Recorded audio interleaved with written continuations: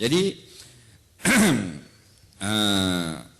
lepas pada kuliah ni kita berharap kita dapat mengadakan kuliah di masjid pula.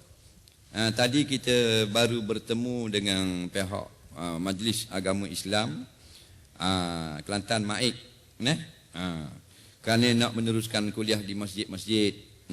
Alhamdulillah, dengan kerjasama pihak Maik, insya-Allah kita akan dapat kembali menyambung kuliah kitab Usyah di masjid-masjid sekitar Kota Baru ni. Alhamdulillah. Jadi tahniahlah kepada pihak Maik dan pihak yang berusaha kerana memberi kerjasama yang begitu baik. Nampak? Untuk terus. Saya sebenarnya bukan datang mari nak mengajar, tapi nak berada di dalam majlis seperti ini. Nak seronok berada dalam majlis seperti ini. Pergi di Penang di mana anak-anak muda begini, kita seronok duduk. Bukan kata orang tak tahu, kita cakap tu orang tahu dah. Dah saya tanya dah, mu ni apa mu pergi, mu pandai dah. Dah dia kata seronok berkumpul gini atas nama agama. Jadi inilah benda yang tercetuh dalam hati kita, tanda kasih sayang daripada Allah. Yang kita nak sekarang ni kasih sayang Allah. Nikmat kita ada dah. Kasih sayang lain, rahmat lain, nikmat lain. Ada orang dia salah faham. Dia kata apa benda ni, harta tu rahmat. Harta bukan rahmat, harta tu nikmat. Dia kata, rahmatnya anakmu ngeyang buat apa? Waktu gaji 4,000, waktu 6,000 gaji, rahmatnya. Dia salah faham. Itu bukan rahmat, tu nikmat. Rahmatnya anakmu hak busu apa pula? Beli kereta baru. Itu bukan rahmat, pakcik. Itu nikmat. Faham? Rahmat lain. Rahmat Allah beri kasih sayang. Bila Allah sayang, dia boleh mari sejik. Bila Allah sayang, walaupun basikal buruk, dia boleh mari ke Balasoh dan sebagainya. Kita kuliah di Masjid Pinang Merah, Pondok Pinang Merah. Ada masjid.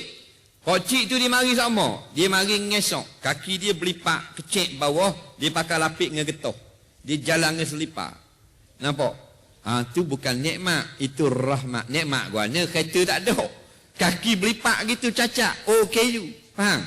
Dia bukan nikmat, itu dalam rahmat. Jadi kita nak kasih sayang Allah. Maka alhamdulillah kita sekarang berada dalam kasih sayang Allah.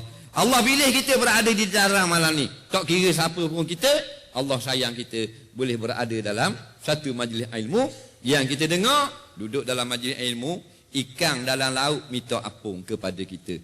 Ikan tambang, ikan temenung, ikan kembung, ikan balik makuk, ikan cono, ikan tok muding, ikan pauh. Ya Allah, ampunkan si pulang, ampunkan si pulang. Dan kita rasa terharu sungguh sebab malam ni kita tak pandai nak bilang ribu-ribu ni. Kalau rasa 20,000 ada malam ni. Jadi bukan kelebihan kita ni. Ini adalah keberkatan diri tuan-tuan dan puan-puan masing-masing. Inilah yang kata sejuk perut mak mengandung. Bukan kerana boleh bergaji besar. Kerana anakmu dapat buat kerja-kerja agama walaupun sedikit.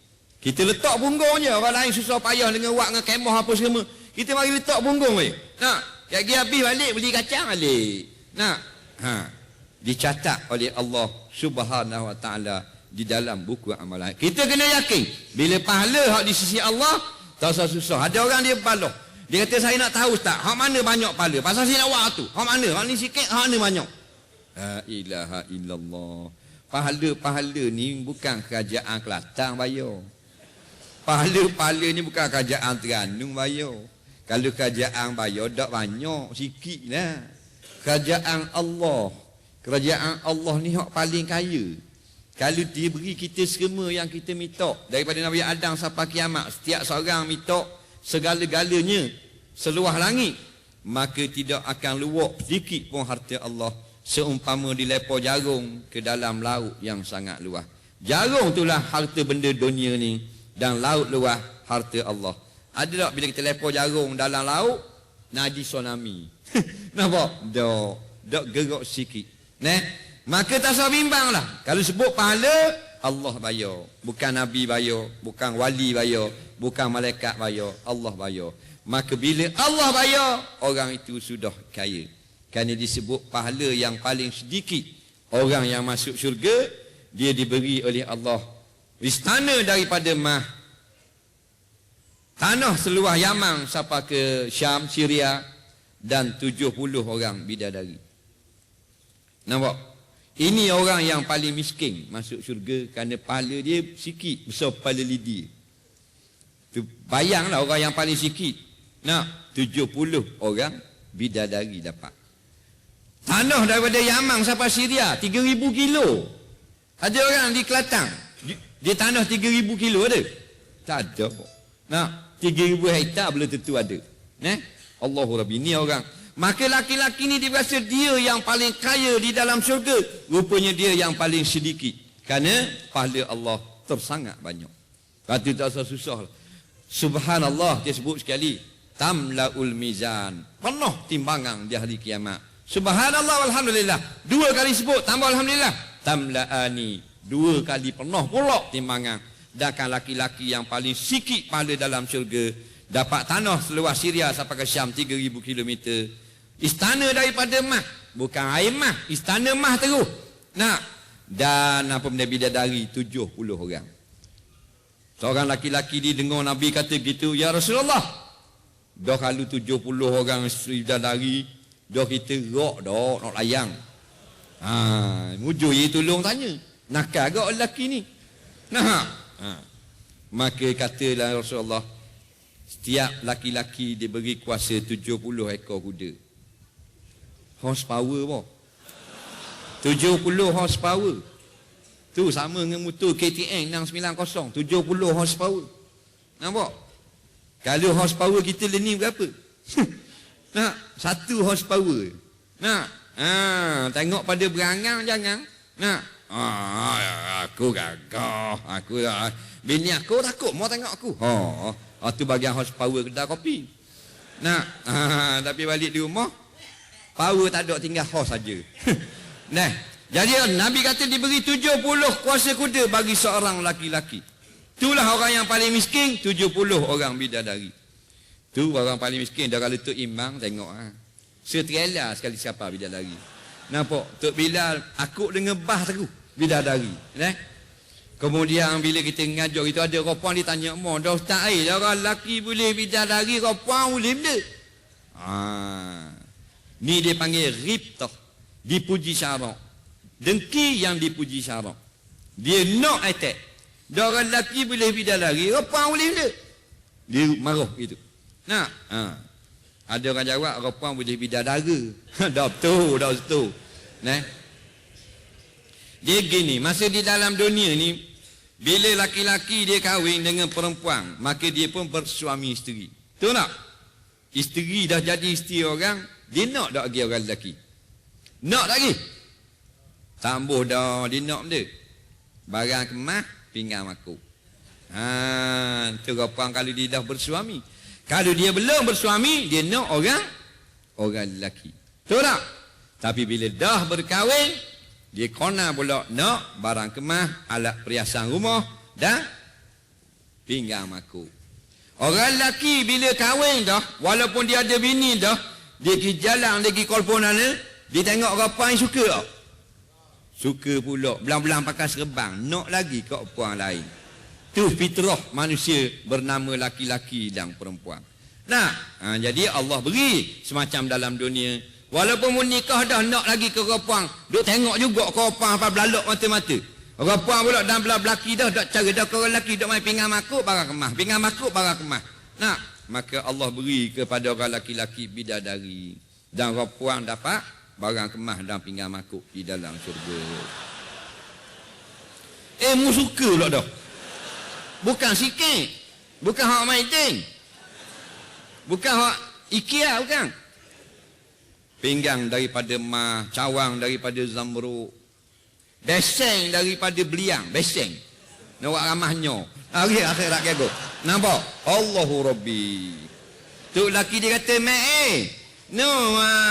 pinggangmu siapa dah 2 kontena, dak pergi tengok. Pergi tengok 2 kontena siapa dalam syurga kayak gini. Dia pun atur jujur dalam istana. Lengah hatu tidur kerong-kerong. Bangun pulak nu. Gelang pulak siapa? 13 trailer. Dia ambil pulak gelang. Pakai hak tu cabut. Pakai hak tu cabut. Duk main gitu. Tu laki duk eret bidadari. Tak kenung.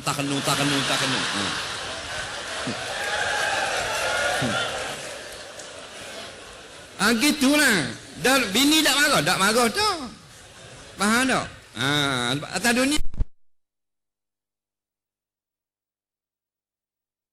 Ada malam ni lah. Bacuk tu. Tu kau puang. Nampak? Jadi, bangkit kita di padang mahsyar setelah pemimpin yang paling agung, Rasulullah sallallahu alaihi wasallam. Maka diberi pakaian. Kita bangkit, berjalan, duduk. Mudah-mudahan dan kita nak tambah lain di belakang panji-panji liwaul hamdi, bendera yang dipegang oleh Nabi Muhammad sallallahu alaihi wasallam. Kita tak mau duduk dalam bendera lain. Walaupun sekarang kita tak baik, kita tak apa molek, kita tak berjuru, walaupun kita banyak dosa, tapi kita nak Rasulullah pemimpin kita dunia dan akhirat. Biar ada hajat seperti itu. Nabi kata, jahat lagu mana pun mak aku, dia kasih, ada rasa kasih kepada aku syafaat kepada dia. InsyaAllah. Nampak? Jangan sekali-kali rasa hina atau merendah-rendahkan Rasulullah sallallahu alaihi wasallam. Berjalan yang disebut, dia kata yudna syamsu yaumal qiyamah qadra milin atau kama qala, direndahkan matahari qadar sebatu saja, bukan sedekah sebatu di padang mahsyar. Inilah sebabnya panahnya manusia direndahkan matahari, mengeluarkan peluh. Peluh tu ada tekak keting, sekak tekok, sekak pinggang dan sebagainya. Nampak? Tak dapat bayar tak dapat kena panah. 7 golongan yang kita baca hadis tadi. Golongan yang pertama, imamun adilun, raja yang adil. Kenapa? Bila dia adil, manfaat dia sangat luas. Rakyat mendapat kemanisan kehidupan dunia apabila raja itu adil. Sayyidina Umar berjalan mencari rakyat-rakyatnya untuk bertanya khabar dan sebagainya. Walaupun kita tak ada Umar yang kedua di akhir zaman, walaupun kita tidak ada Sina Usman yang kedua di akhir zaman, walaupun kita tidak ada Umar bin Abdul Aziz yang kedua di akhir zaman, tapi malah idruku kulluh. Benda yang kita tak boleh nak buat semua, kita jangan tinggal semua. Kita buat juga sekadar yang mampu. Maka kita junjung raja kita yang adil demi asas satu matlamat, iaitulah untuk menjadi hamba Allah yang taat kepadanya. InsyaAllah perjalanan kita seterusnya biar melepasi titiang siratil mustaqim, untuk kita angkat tangan bergembira bersorak. Di sanalah sebenar-benarnya kemenangan yang patut kita rasa bangga dan sebagainya. Sebelum kita lintas siratil mustaqim, kita masih lagi rasa takut dan sebagainya. Kerana siapa yang lepas sirat, maka tiada lagi duka cita atasnya. Wala khaufun alaihim, tak rasa takut sedikit pun. Kerana itulah kemenangan yang hakiki. Alhamdulillah, puluhan ribu pada malam ini menjadi saksi kepada Allah, kepada alam, bahawasanya rakyat Kelantan, rakyat Kota Baru dan sekitarnya sememangnya cintakan kebenaran, cintakan keadilan, suka kepada benda-benda agama. Dan kita harap, saya pun berharap bahawasanya dapat terus bersama dengan rakyat negeri Kelantan. Ada orang khabar tak ngajar benda kat Kelantan tu, dia orang pandai dah, pondok banyak. Minta maaf, kita bukan mari ngajar sebenarnya, cuma kita nak memakmurkan, turut serta memakmurkan rumah-rumah Allah di mana saja kesempatan yang diberi. Nampak? Kerana siapa yang makmurkan rumah Allah, hanya itulah yang akan mengkafarahkan dosanya di hari akhirat nanti. Memandangkan dosa kita memang banyak, maka kita harap kerja-kerja macam ni dah, yang akan mengkafarahkan dosa kita di akhirat nanti. Dan perjuangan kita seterusnya untuk terus menjadikan negeri kita berpayung, duduk di bawah payung emas, iaitu raja yang sangat adil. Dan apabila kita dapat bersama-sama dengan siapa saja yang duduk di bawah ataupun di atas kita, atas satu nama waqtasimu bihablillah, maka tak dapat tidak dua perkara yang mesti ada, bukan sekadar slogan, iaitu iman dan takwa. Kita nak raja baik dengan rakyat, raja adil, rakyat pun berpayung, berteduh di bawah keadilan raja. Itu hanya sekadar slogan. Ingat, dua pel yang wajib kita telang, yang menjanjikan akan balasan yang sebenarnya setimpal. Iaitulah yang pertama iman, yang kedua takwa. Tak ada dua ni tidak akan berkat sama. Adil lagu mana pun, tak ada dua ni tak jadi.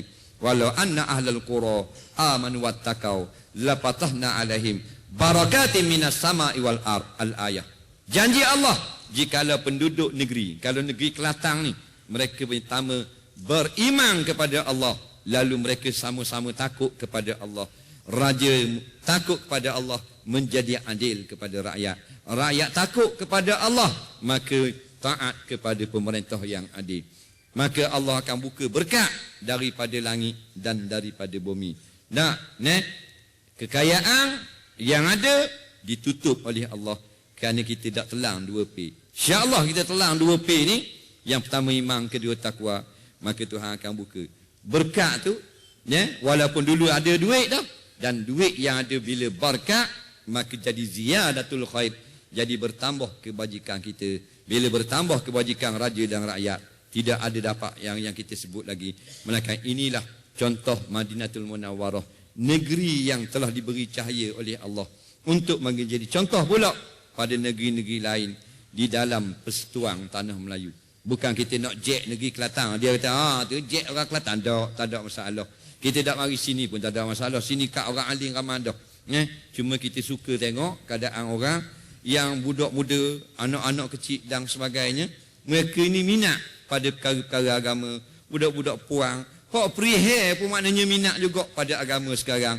Maka kalau kita tak rasa bangga, maka itu satu kerosakan ataupun hati kita sakit sebenarnya.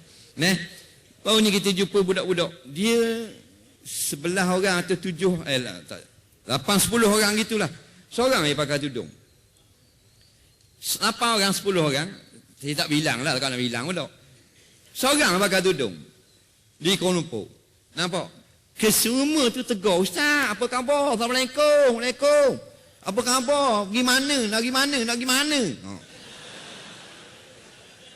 Free hair. Tak pakai tudung. Padahal itu perintah Allah. Adakah kita marah dia? Tak boleh marah. Kita marah dalam kuliah. Nah, jadi faham dah. Dia alhamdulillah, maknanya walaupun dia tidak bertudung, tak taat lagi pada perintah, tapi mudah-mudahan dia taat pada perintah yang lain, dan perintah itu akan segera diikuti. Sebab itulah kita kan, dalam kita marah anak saja, kapuk-kapak, sepak saja. Tanpa ada rasa kasih sayang. Sebab itu kita marah dan biar ada rasa kasih sayang. Nabi dia nak semua orang terlepas daripada neraka Allah. Sebab itu Abu Talib, pok saudara yang sangat disayang, sampai ke mati dia berdoa. Tapi akhirnya Allah tak benar. Maka kita keras dalam menyatakan hukum, lembut dalam bersama dengan orang yang dihukum. InsyaAllah saya nak memohon diri sebelum itu memberi pesanan kepada diri saya dan diri tuan-tuan sekalian. Kita sebagai orang Islam yang cukup-cukup bertuah, ada segala mak nenek orang panggil, bini ada, anak ada, rumah ada, motosikal ada, kapung ada, kat pergi balik boleh makan mi goreng, nak makan kuih tiaw boleh, cukup senang lenang. Jangan lupakan saudara mara kita yang sedang dizolimi. Kalau sekarang kau di Syria, budak-budak tembok, orang puang jerit tak tekok, sampai tubik lidah jelek, orang lakinya kambuh hidup-hidup. Kita tak susah gitu, kita senang lenang dan sebagainya. Tolonglah doa-doa. Kalau tak boleh nak pergi perang, kita dah boleh nak pergi perang, kita tolong doa-doa. Mana tahu salah seorang je dalam negeri Kelantan ni, doa dia mustajab. Untuk maknanya memberi pertolongan kepada kesusahan saudara kita di Syria sekarang. Penjajah kafir laknatullah, pandai dia bagi negeri-negeri, bukan saja sepadang kita kena pakai pasport dan sebagainya sama negeri Islam. Bahkan darah kita pun sudah rasa lain daripada orang-orang Islam di negara lain. Bahkan Rasulullah ajar kita, siapa saja yang agama Islam, anak beranak kita, walaupun hitam legit macam ke kuali angin di Afrika, itulah anak saudara kita, pok saudara kita. Faham tak? Benda tu kena kita pulihkan balik. Rasulullah ajar. Negeri mana pun negeri Islam, bila kena susah, kita berasa macam negeri kita. Bila orang bom Palestin, degung tu, bom Iraq, bom Afghanistan, bom Chechnya, kita rasa macam orang tohok bung di Kubang Kriang, macam orang tohok bung di Kedah Lalak. Sebab apa? Kita Kelantan ada satu tanah dengan Chechnya, dengan Afghanistan, dengan Syria, dengan Palestin. Kerana inilah bumi umat Islam. Bumi umat Islam tak ada sepadang. Harap-harap kita boleh pulihkan balik perasaan seperti itu. Bila perasaan seperti itu ada, bukan makna kita boleh pergi perang lindung, tidak. Tetapi lainlah jadinya bila kita rasa orang buat umat Islam seperti rasa orang buat kita sendiri. Sebab kita sekarang ni hanya terpegung atau sedih masa kita tengok tali basing tu saja. Lepas tu tak ada lah. Tidak seperti yang mati tu mak kita. Tidak seperti yang mati tu abang kita sungguh. Sampai berbulan-bulan kita berduka cita. Kita boleh, maknanya kalau boleh, tolonglah. Khususnya rakyat Kelantan, rasailah segala aja bumi yang ada di seluruh dunia ni, bumi Kelantan juga. Semua yang beragama Islam di seluruh pelosok bumi ini adalah anak beranak yang sangat rapat dengan kita untuk kita rasakan kesusahan mereka. Jadi kita pun kerap berdoa untuk kebaikan mereka, insya-Allah. Dan alhamdulillah, mudah-mudahan Allah pertemukan kita lagi di apa benda ni, program-program seperti ini. Kita terima kasihlah kepada institusi perbadanan Persatuan Kerabat di Raja Kelantan yang telah berusaha ke arah ini, dan segala yang berpenat lelah, dan paling kurang sekali orang awam hak ramai-ramai ni pun mari pakat mari saja. Inilah bukti kita bahawasanya kita nak kepada akhirat, kita nak pada agama, kita nak kepada Islam.